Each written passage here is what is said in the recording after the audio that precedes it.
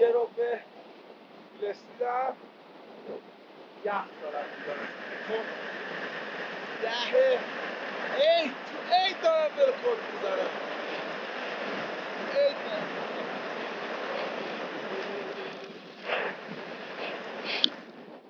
ای دست بسید نفت کنم بدم جب دارم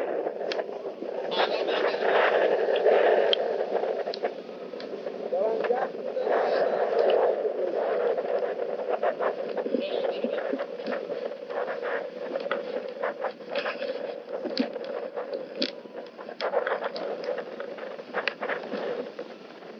یه بال آوزونی که اومد فکر کنم رفت مواجه شده ولی رفتش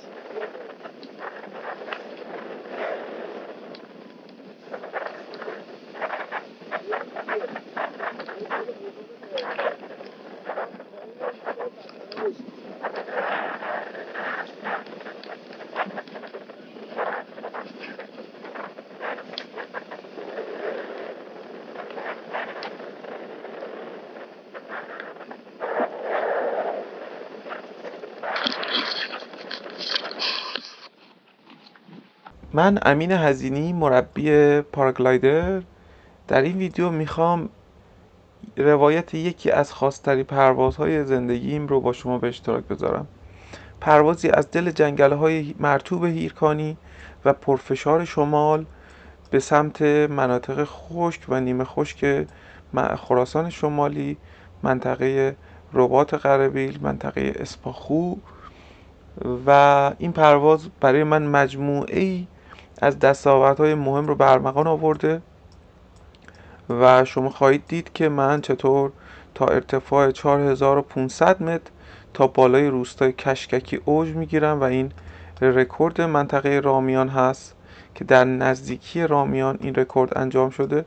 قبلتر در یک پرواز سی بی تا ارتفاع نزدیک به 5000 متر رفتم و اینجا جایی هست که من موفق شدم طی 5 سال تقریباً 5 پرواز موفق و استثنایی در اینجا به ارمغان بیارم که در این 5 پرواز طبق سندی که در وبسایت ایکس کانتست وجود داره شخص دیگری پرواز مثبت 100 انجام نداده و این پرواز 128 کیلومتری که در 3D اون رو به شما نشون میدم با فیلم های 4Kش رو شما خواهید دید که حتی پرواز 128 کیلومتر اینجا بسیار بسیار سخته و چالش های فراوانی رو داره. در این 5 سال از این منطقه چندین پرواز کردم و شما میبینید که چه پتانسیل فوق‌العاده‌ای به سمت خراسان شمالی وجود داره. به خاطر بادهای گلوبال غربی 4 پرواز در این مسیر هست و تنها یک پرواز به سمت خارتوران، منطقه میامی و منطقه استان سمنان هست. از عبور پرندگان مهاجر گرفته تا بررسی تغییرات جهت باد در لایه‌های مختلف برای پژوهش و بررسی و فرصتی برای کشف ظرفیت‌های ناشناخته آسمان ایران در این مناطق هست و این ویدیوها میتونه در آینده برای خلبانایی که قصد دارن در این مسیر پروازهای شگفت انگیز انجام بدن قطعاً میتونه بسیار فوق‌العاده باشه. از شکستن رکورد ارتفاع سایت فلایلند بگم تا عبور موفق از روتورها و پرواز در نزدیکی لایه‌های مختلف. شما در همین پرواز من رو میبینید که موفق میشم با توجه به تغییر باد از جنوبش شمال غربی به جنوب غربی مسیر رو عبور کنم. با من همراه باشید تا گام به گام این پرواز زیبا و رکورد تاریخی رو با هم مرور کنیم.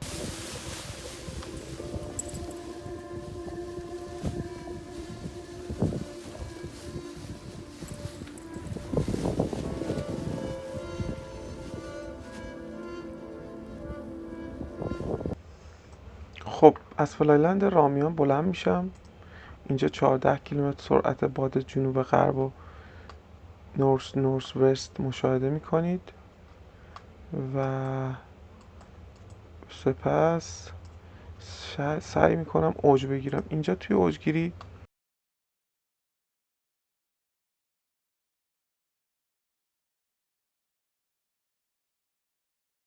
مسیر هوا ضعیف و من باید از ضعیفترین ترمال ها استفاده کنم. درجه توی دیواره، اولین ترمال و اولین چرخش.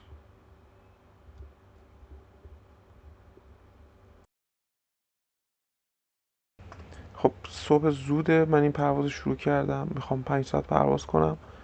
10 فروردین هوا نسبتاً در 10 فروردین در رامیان چسبنده تره، برای همین وقتی میخوای شما از این دره یا این سایت ولی ویند عبور بکنی، مشکل در واقع گرفتن تریگرها رو داری.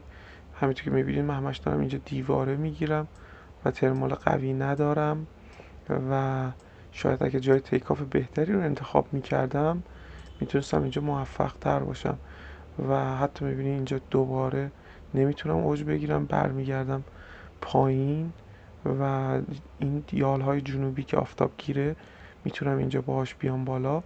و این قله دیوارش نزدیک به 2200 متر ارتفاع داره و من اینجا به سختی سر صبح میتونم به 1400 متر برسم. 12 دقیقه پروازم گذشته ولی من همچنان در منطقه دارم دست و پا میزنم. اینجا 1600 1500 ارتفاع میگیرم و دیگه به این تیغایی میرسم که درختها در واقع خشکترن، میتونم به خوبی اوج بگیرم.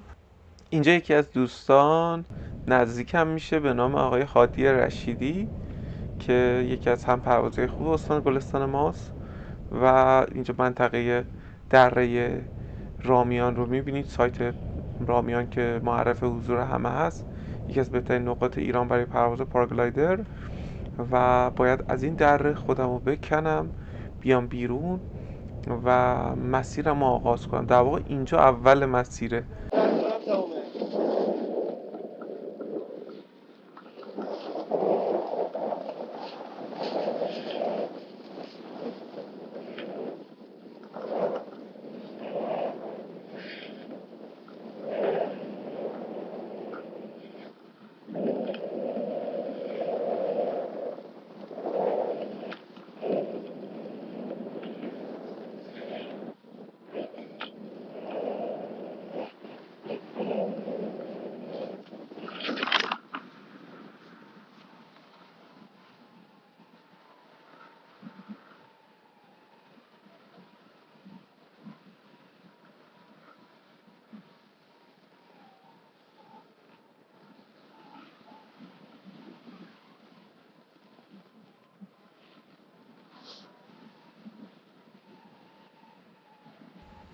همینطور که میبینید این صدای بیپ بیپ بیپ که میشنوید دستگاه وریومتر یا آلتیمتر ما هست که نشون میده که ما چند متر بر ثانیه اوج میگیریم و میتونیم به راحتی بسته‌های هوایی رو پیدا بکنیم.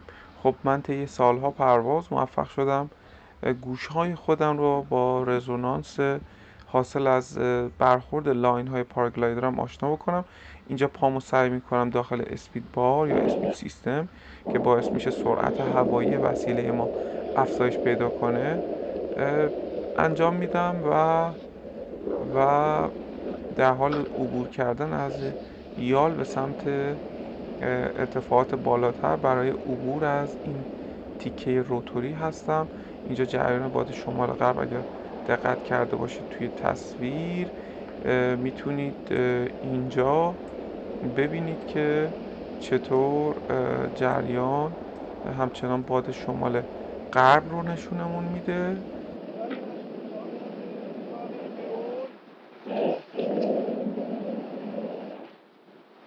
بله استاد، دارم میرم بیرون از سلامتی.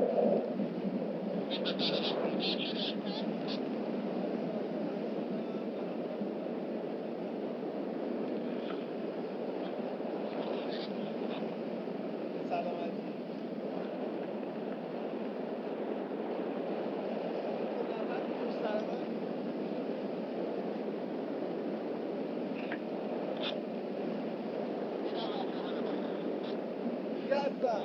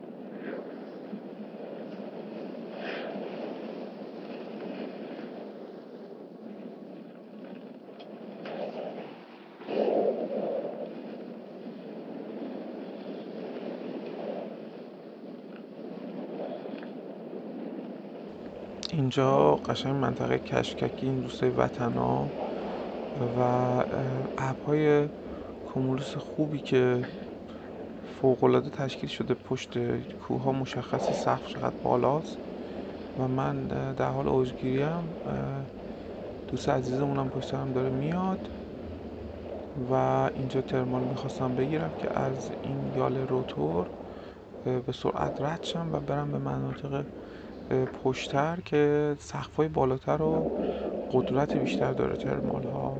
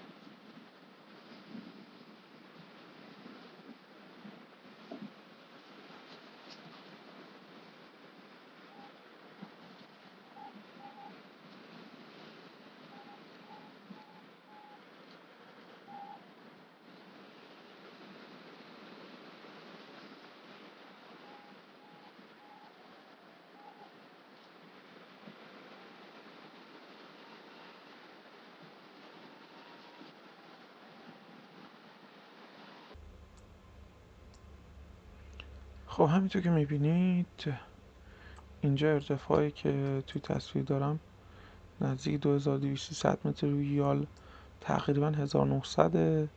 باید دوباره ارتفاع بگیرم و اینجا سعی میکنم دوباره ارتفاع بگیرم و فکر کنم تا 2250. آره دیگه 2300 تقریبا اومدم پشت و اینجا توی سینک روتور این پشت هستم و سینک شدیدی بهم خورد و بعدش باید سریع ترمال پیدا میکردم که بتونم از این دره عبور کنم. اینجام فکر میکنم هادی این مسیر رو به سمت وطنا رفت به سمت گالیکش و از هم جدا شدیم، چون من این پروازها رو عموما همیشه انفرادی انجام میدم، تمام سناریوها رو میچینم و اینجا تونستم اولین ترمال قوی رو بگیرم.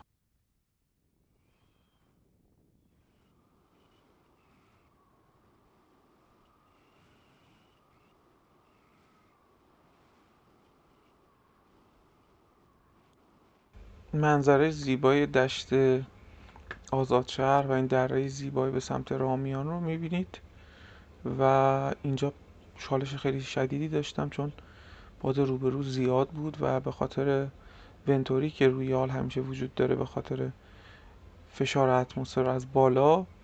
اینجا هادی جانم یه لحظه اومد توی تصویر.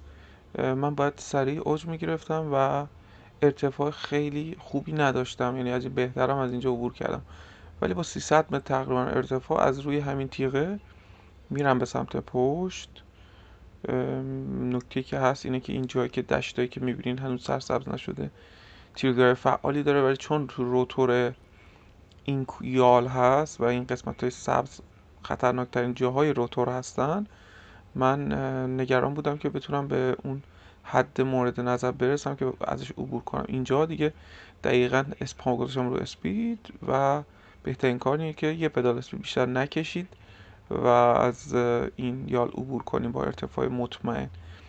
ولی در هر صورت باید منتظر چالش های فراوانی باشین. به نظرم با هر برند بالی نمیشه این کار کرد، بهتر بال مطمئنی باشه، بالی که داشت پرواز میکنین.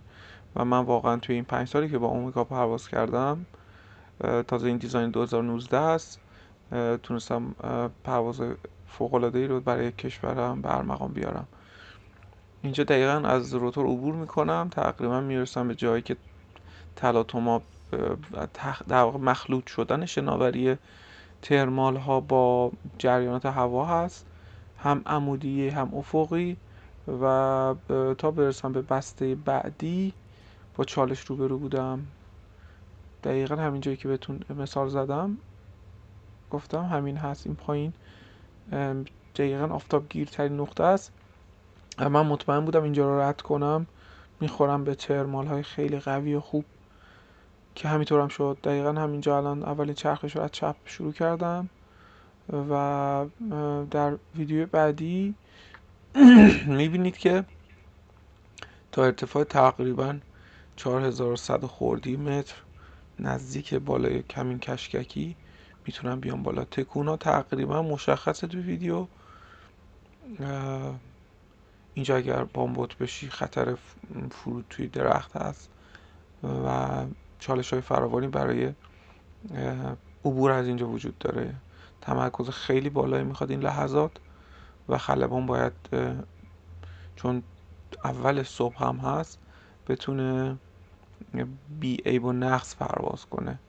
البته من پلن بی پلن سی داشتم که همون پلن بی رو هادی جان چون برنامه‌ای هم نداشت انجام داد، رفت وسط این دره و مجبور شد که بره سمت آزاد شهر و گالیکش. ولی اینجا من تونستم ترمالی رو بگیرم که تا ارتفاع 4200 متر دارم میرم بالا. الان 2 متر بر ثانیه 3 متر بر ثانیه. تغییر چرخش رو که الان دیدین چرخش چپ بود ولی یهو چرخش از راست انجام دادم، به دلیل جابجایی ترمال هست. خیلی کمک میکنه که شما به کور مرکز ترمال مثل یه عقاب برسی.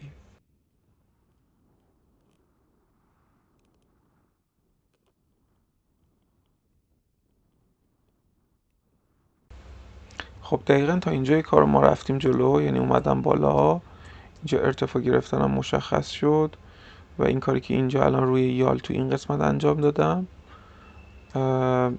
اومدم بیرون از دیواره و اینجا تریگر اصلی که با یه چرخش از راست اینجا میگیرم تا در واقع بالای قله اولنگ. دقت کنید من تو این پرواز دوربین عکاسی هم داشتم و موفق شدم کلی از مسیر رو به زیبایی ثبت بکنم. دقیقا اینجا چرخش های ترمالی هست که من تونستم باهاش تا 4000 و تقریبا 100 و فکر کنم 113 و 9 دقیقه تایملاین ها رو میبینید چقدر دقیقه. 4100 و آره 150 60 متر دیگه رهاش کردم، ازش جدا شدم به سمت ادامه مسیر. جهت باد رو میبینید توی لایه عوض شد. این دقیقا میتونه جهت باد رو به شما نشون بده. SSE South East یعنی شد جنوب شرقی. ببینید چقدر توی لایه های بالا باد آدم رو اذیت میکنه برای همچین رکورد هایی.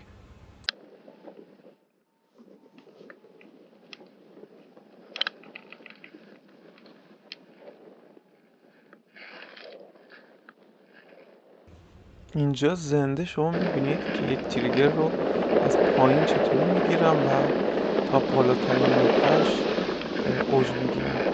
با من همراه باشید.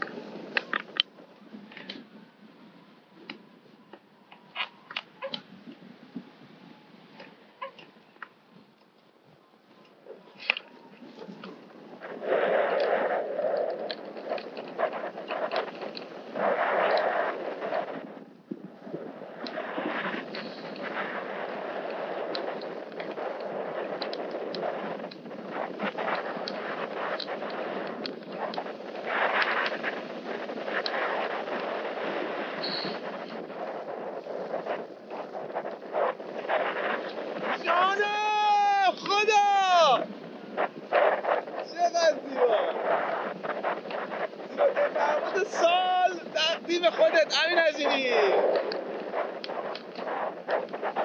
فقط این مسیر زیبایی دوستان، زیبایی زیبایی زیبایی. تمام گرفتمت پسر گلم. کدوم بری میری؟ میدونم شاد شدی. عشق منم. نکن دیگه. چرا دنبال من میای؟ کار دست خودت.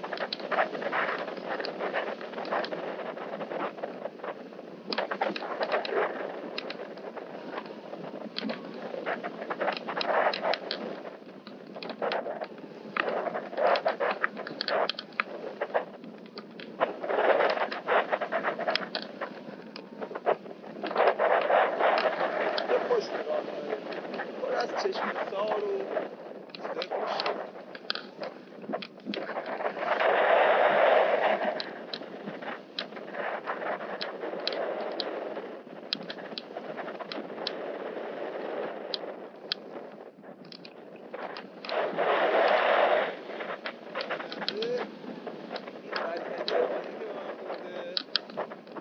داره منو میاره.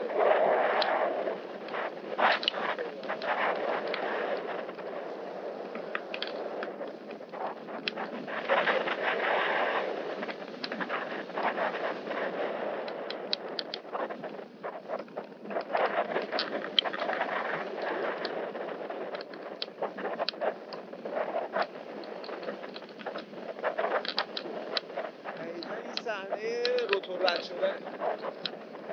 چیه من اومدم.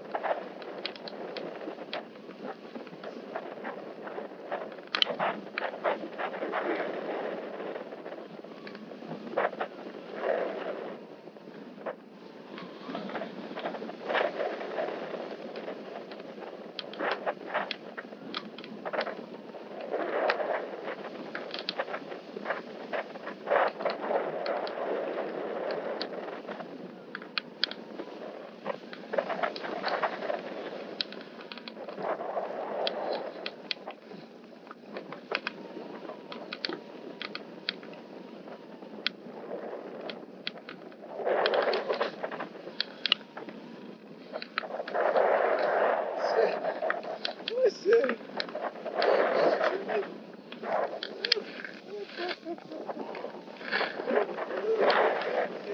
نتکون بابایی اینقدر نتکون.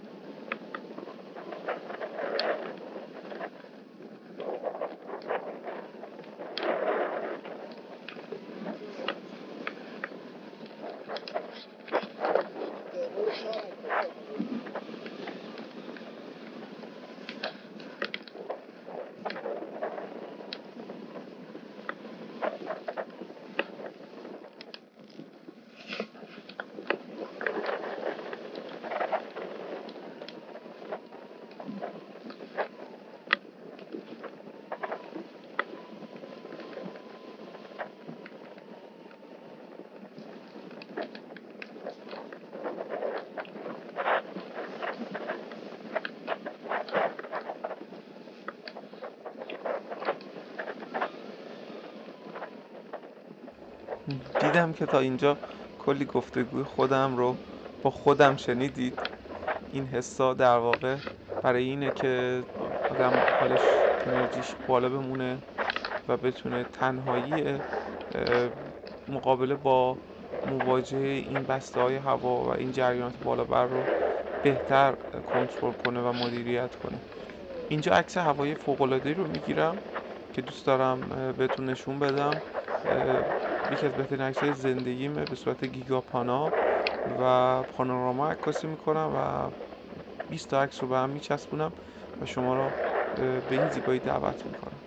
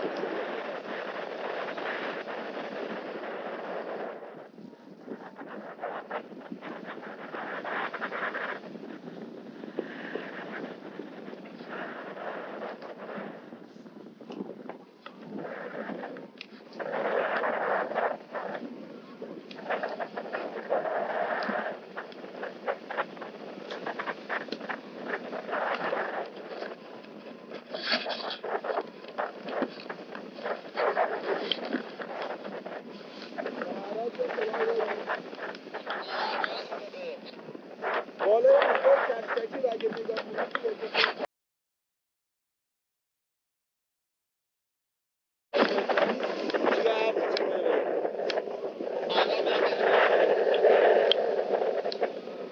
دارن جفت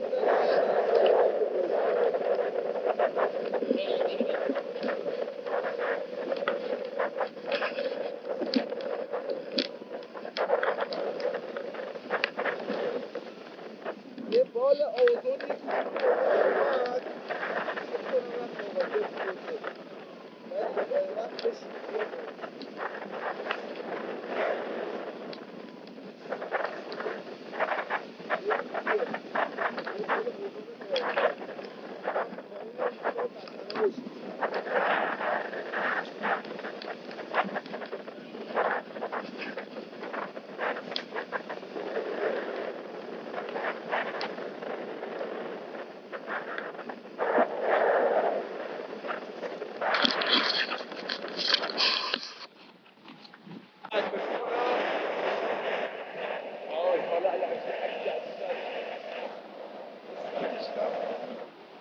یه رو به رسیدم یخ دارم میزنم خب یهه ای دارم بره کن میزنم ای دارم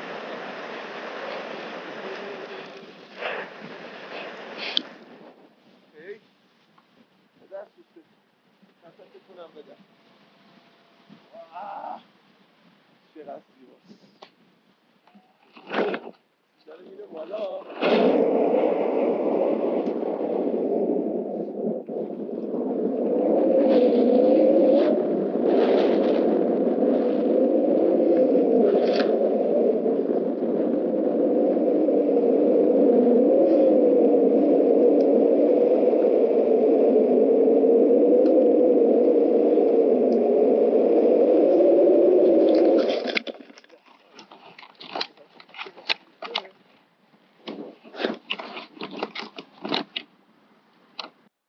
خب جهت بادو که بهتون اشاره کرده بودم، دوباره پلی میکنم نگاه کنید چطوری جهت باد تأثیر شگرفش. اینجا چرخش باد رو از 4000 به بالا داریم و من در حال گلاید کردن به سمت قلقافه و ترس زیبا هستم.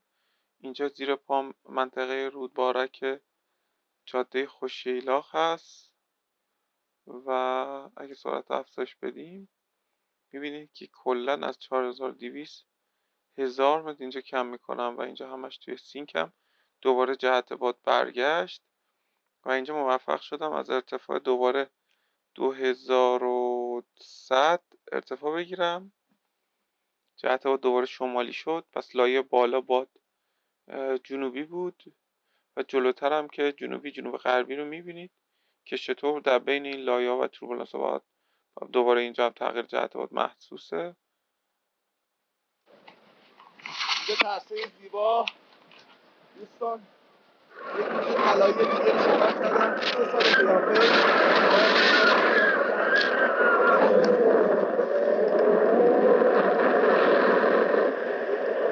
پیدا کردم.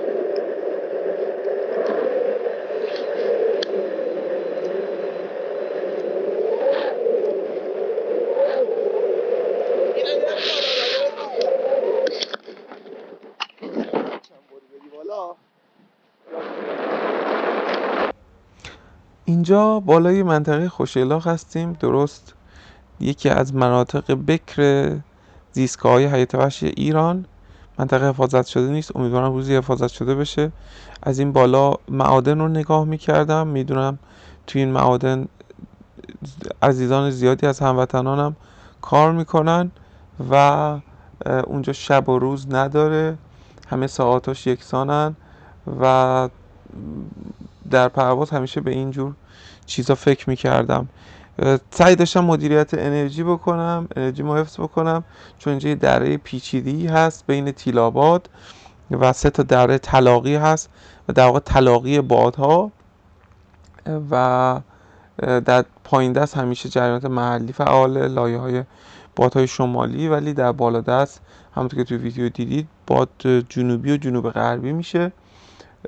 من اینجا تمام تلاشمو کردم که خودم رو زودتر از روی دره در واقع تیلاباد به سمت نردین برسونم و در هر لایه دقیقاً چه نوع برش بادی حاکمه باعث میشه که من کار عکاسیم یه مقدار سخت بشه. کار بسیار پیچیده هست و پیچیدگی‌های عبور از این بخش به یک چالش واقعی برای من همیشه تبدیل میشه. از اینجا مسیر من به سمت قله ترسه و روستای نردین و گلستانک که در امتداد تصویر میبینید مشخصه. اینجا یکی از محلهایی هست که سیلاب‌های عظیم رخ میده و من یه بار همینجا توی سیبی تا نزدیک 5000 متر رفتم و با ابر ابرسرما آشنا شدم و اینجا سعی دارم که عکاسی هم بکنم، ولی این لحظه که توی تصویر مشخصه اسپید کشان سایه ابرها جهت باد شمالی رو به من میده. من همیشه از در لحین پرواز از عکس‌ها و اون نقطه‌ای که توی زمین هست یه عکس ذهنی میگیرم و خیلی موقع میتونم بفهمم که خب لایه بالاتر به صورت بصری جریان باد به واسطه حرکت ابر از چه جهتی به چه جهتیه. مثلا اینجا فهمیدم که باد تو لایه بالا جنوب غربیه و اون ابرهای اون انتها داره به من میگه قوی ترین تریگر اونجا هست، چون جاهای دیگه آسمان رو در واقع آبی داریم میبینیم، پس جایی که بالا روندگی شدید داریم اونجا. این روزا بعد جبهه سرد هست که انقدر هوا کلیر و بلو اسکای و تمیز هست و در عین حال که ترمال ها تیرگرهای اصلی خیلی قوی کار میکنه، اما فشار بالا باعث میشه تکون ها و ترمال سوزنی فعال بشه و اینجا من تقریبا فقط میخواستم به این دیواره جنگلی برسم. اینجا یه بخشایی هست که روبروی روستای نردین یه تیرگر فوق قوی داره، همیشه سالم فعاله و همین جا هم باعث میشه که این سیلاب ها وارد دره تیل‌آباد و روستاهای کاشیدار و در واقع سیبچال بشه و یکی از نقاط طلاییه و تا 4200 متر میرم بالا، بعد با دوربین اصلی فیلم میگیرم.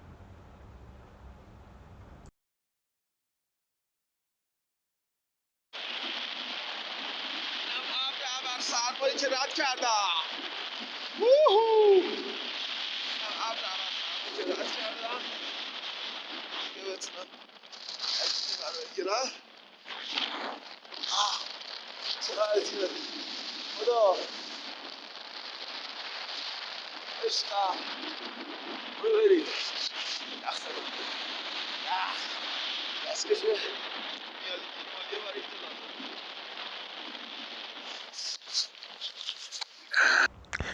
دقیقا این عکس رو بعد این سرما گرفتم. برف رو میبینید روی نقطه قله و اینجا با چالش تغییر جهت باد روبرو بودم و اینجا رو به جنوب غرب این عکس رو گرفتم.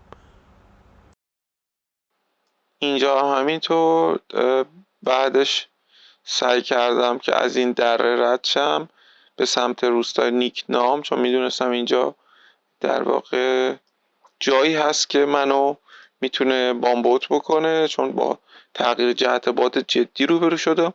حفظ انرژی کردم، اینجا یه ترمال خوب یادم گرفتم و بعد این دوباره یه دشت خیلی بلندی رو تا این یالها داشتم. یادتون باشه توی پاراگلایدر محل آزاد شدن تریگرها خیلی موقع خود تپه و یالها هستن و اینجا خیلی لو سیو شدیدی داشتم تا 2000 تا اومدم پایین، یه سری عقاب به ملحق شدم و اینجا دقیقا دارم با این عقابا میچرخم و یه 2-3 تا عکس بهتون نشون میدم که ببینید اینجا دوباره باد کانالیزه میشه تو این دره غربی میشه و من هم به دنبال سایه ها اینجا تونستم دوباره تا ارتفاع 3600 متر بیام بالا و این دیگه آخرین ترمال جدی بود که تونستم بیام باش بالا. یادم اینجا که داشتم میچرخیدم سایه بسیار شدیدی و سنگینی رو داشتم و بعدش دیگه افتادم پشت این سایه و دیگه نتونستم ازش فرار کنم، چون جهت بادم به سمت این ور بود و مسیرم هم به این سمت بود که برسم به سمت بوجنورد. یعنی میخواستم هدفم بوجنورد بود، ولی اینجا در نهایت فرود میام. اینجا که فرود اومدم خب نمیدونستم دقیقا کجا با جاده هستی چقدر فاصله دارم. یه چوپان عزیزی اومد و با تعجب به من نگاه میکرد که از کجا اومدی و اینا و من سعی کردم از آذوقه‌ای که داشتم بهش بدم. موزو که بهش دادم گفت موزت یخ زده. امیدوارم از این پرواز لذت برده باشید. همونطور که میبینی این یکی از در واقع 5 پرواز درخشان من هست از منطقه رامیان طی این 5 سال و اینجا دقیقا اونجایی بود که توی تصویر در واقع اون نرم افزار داشتیم نگاه میکردیم و اینجا آخرین گلاید من هست که اومدم پایین نشستم. فکر کنم 6 ساعت رو هوا بودم. بعد 6 ساعت پرواز این 3 تا خوشگل اومدن استقبالم. بیا جلو، بیا بیا بیا بیا. البته اول حمله کردن، الان رفیق شدن. چوپانشونم اون آقاست از اون بالا داره میاد. معلومه یا نه. اینجا یه مقدار فکر کنم از ربات غریبی رد شدم. سایه این ابر پدرم در بود. این اگه نبود، این سایش انقدر کمتر بود خیلی بهتر میشد، ولی بازم راضیم. یک روز رویایی، اونم تو ایام عید 1402. فکر کن رو عید 1402 اولین مثبت نمیدونم چند کیلومتر. من علی حسنزاده. علی حسنزاده اینجا کجاه؟ اینجا تقریبا منطقه اسفاخو. به بوجنور نزدیکه؟ بوجنور تقریبا 40-50 کیلومتر فاصله داره. موز خوشمزه است. آره خیلی. سرد نیست؟ آره. یخ زده ها؟ آره. من از کجا اومدم؟ بله؟ من از کجا اومدم؟ از گرگان. از رامیان کجا؟ نزدیک گرگان دیگه. آه. این ابر رو می‌بینی؟ این بله. ناکس نداشت من رد شم از اینجا. بله. به خدا هم بود تو سرما. موضوع خوشمزه است. آره خیلی. میشه جانه. این سگات هم اومدن استقبال ما. بله. پس الان میخوای من بلند شم دوباره. آره. دوباره برم رو هوا؟ من نمیدونم. ها؟ چطوری میخوای بدی؟ کجا برم؟ چطوری میخوای بدی هوا؟ الان چیکار کنم؟ تو بگی چیکار کنم؟ نمیدونم. شما میدونید چطوری بلند میشه دیگه. انتظار داشتی برم رو هوا؟ آه.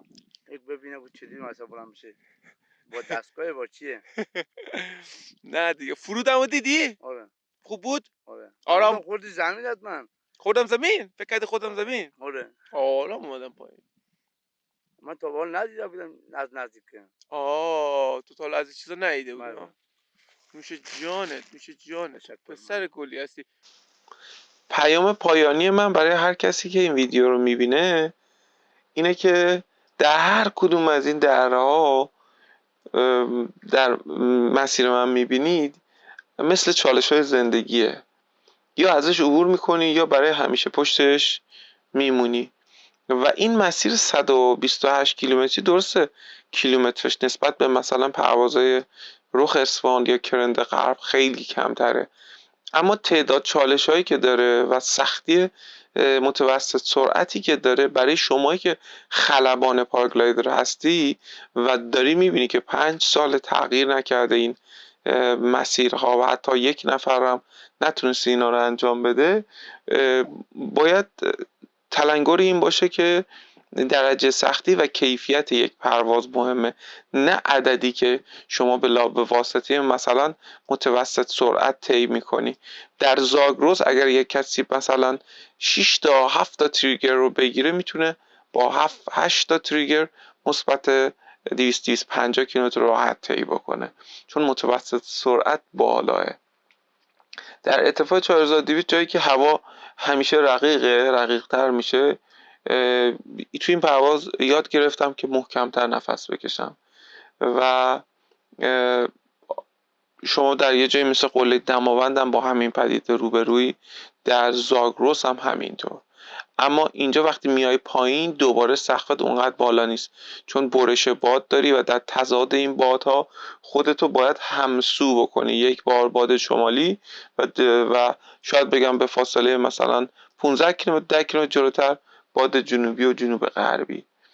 و در دل سخت‌ترین مسیرها که زیبایی واقعی رو من میتونم شکار کنم و شما تونستی ببینی، اگر جرأت کنی ادامه بدی، اگر جرأت کنی آسمان رو بشناسی، به دنبال علم هواشناسی باشی.